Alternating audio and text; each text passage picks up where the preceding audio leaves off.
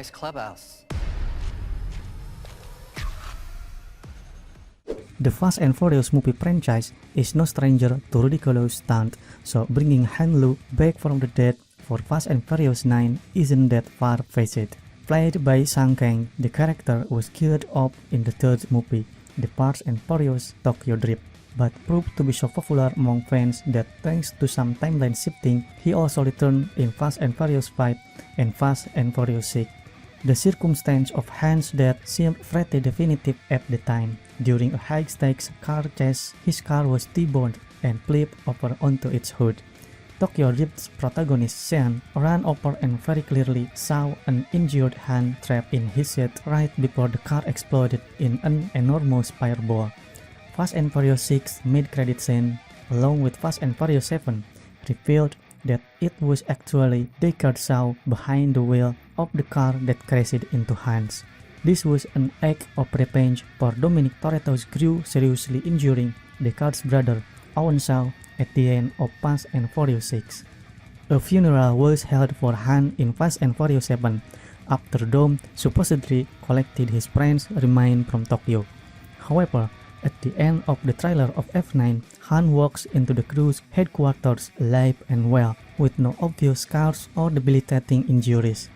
The only person who seems to have prior knowledge of his survival is Letty, which is appropriate given that she also once returned after being presumed dead in an explosion. So how is Han alive?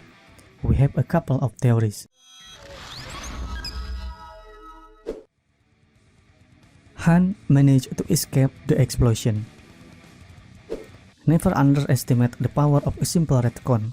While the origin cut of Han's death in Tokyo Drift seemed to clearly show him being in the car when it blew up, would be easy enough to create a flashback where we see Han wriggling free and then being blown clear of the explosion.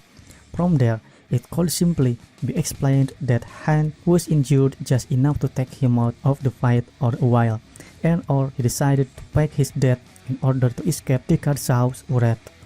This explanation would be effective but very cheap, so hopefully F9 comes up with something a little better. Hobbs and Shaw technology revived Han after the explosion. The Fast and Furious franchise recently branched out into a spin-off movie, Hobbs and Shaw, in which the villain just happens to be a character who come back from being killed by Deckard Shaw. Brixton Lore was a former MI6 agent who joined a terrorist organization called Itaewon. After Deckard put a bullet in the head, Etienne recovered his body and used highly advanced technology to give him cybernetic limbs and other enhancements, turning him into, in his own words, Black Superman. This opened up a whole new world of possibilities for the Fast and Furious franchise, including the possibilities that Etienne or someone with access to the same technology might have brought Han back from the dead. Third, Fast and Furious have been demanding justice for Han, and should therefore presumably be happy about his return. It still needs to be handled well.